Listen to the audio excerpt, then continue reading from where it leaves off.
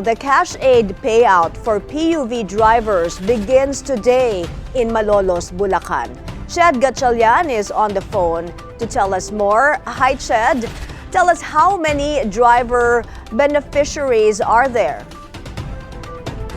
Hi, my tricycle drivers lined up early this morning at the school in Malolos, Bulacan. This is the first day of cash payouts for PUV drivers on provinces from the Department of Social Welfare and Development.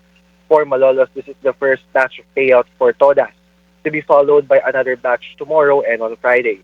Drivers filled up not only the venue proper but also the streets outside, especially on print shops as they completed their requirements.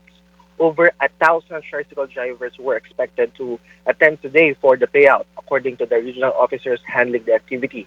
Each of them received 5,000 pesos.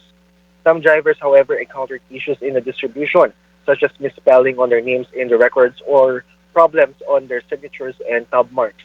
The local government unit has a help desk for drivers with concerns. But even on the supposed last stage of the cash aid distribution, the queue still took a long time. Drivers requested for faster process and less hectic requirements to get the assistance. Mai?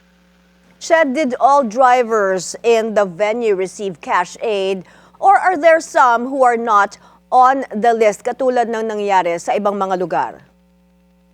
Yes, that's the issue that so Mai. There were TODAS there together with their driver members who were on the list despite submitting their names at the City Hall.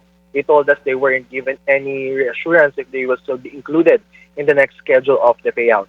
But according to the DSWD, there will be a separate special payout schedule for cases like this.